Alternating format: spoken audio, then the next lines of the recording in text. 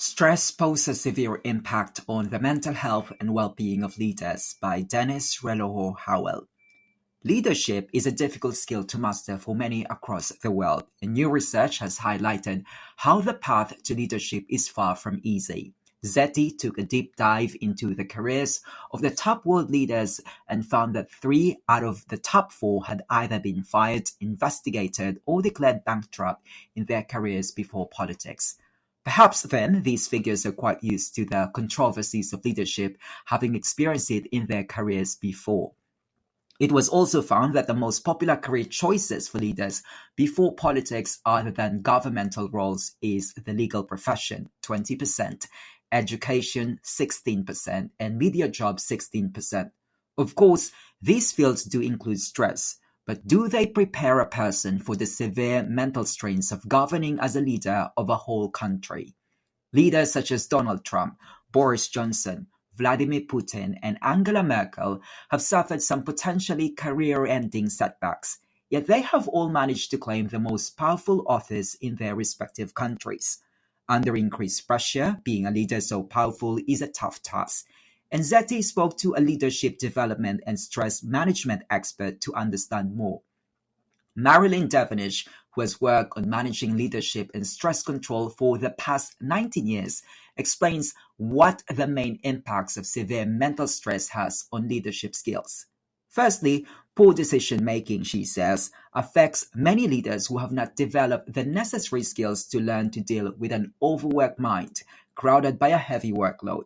Stress often leads to bad or poorly conceived leadership decisions because people can't think straight, assimilate and process information, be creative, or articulate themselves particularly well when under pressure unless they have learned the skills to allow them to do so.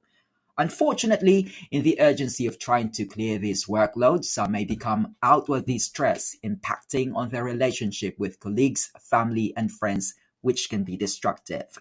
Stressed leaders just want things done and done now, because if they are stressed or don't know the answers, they don't have the time to sit down and discuss things rationally with their teams.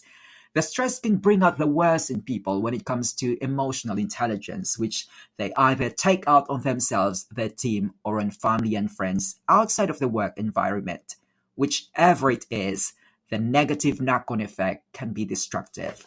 Indeed, a leader may constantly be thinking about their job and will follow a person around in their personal lives, completing a worrying cycle of stress and mental strain. There's no off switch. Severe mental stress doesn't just stop once the clock hits X p.m. and you walk out the door. It can continue into the evening and be the first thought that wakes them up in the morning and consume the weekend, particularly Sunday afternoon and evening, where the feeling of dread creeps in. Political leaders. Due to the nature of the job, political leaders must of course deal with the problems relating to leadership. But Devonish also noted several specific issues facing those in charge of governing their country. Listening and wrestling with the opinions of others in a passionate, ambitious team of future leaders in a political cabinet meeting can clearly be a difficult challenge. So having a solid internal sense of self is crucial. Political leaders have to listen to a lot of voices and opinions, so if they don't have a strong sense of self and an understanding of the issues being debated, that might lead to scattered or knee-jerk reaction decisions and internal conflicts. A team of loyal and trustworthy colleagues is important in all walks of life, and none more so than in political situations. Without that support, there will be major conflicts to be resolved. If your team are not 100% with you, that can cause major internal and external stress. There's more than enough for political leaders to handle without having to watch their back and guard against their own team. And finally, in this current climate of polarization in politics and the prominence of social media platforms, it is very difficult to function if a leader does not grow thick skin. The lack of this could lead to two different extremes: giving up on principles because of criticism, or badly handling criticism and lashing out against it. This can either lead to wishy-washy leadership driven by fear, uncertainty, or trying to appease everyone, or the negative backlash where they hit out at critics to score points rather than truly lead.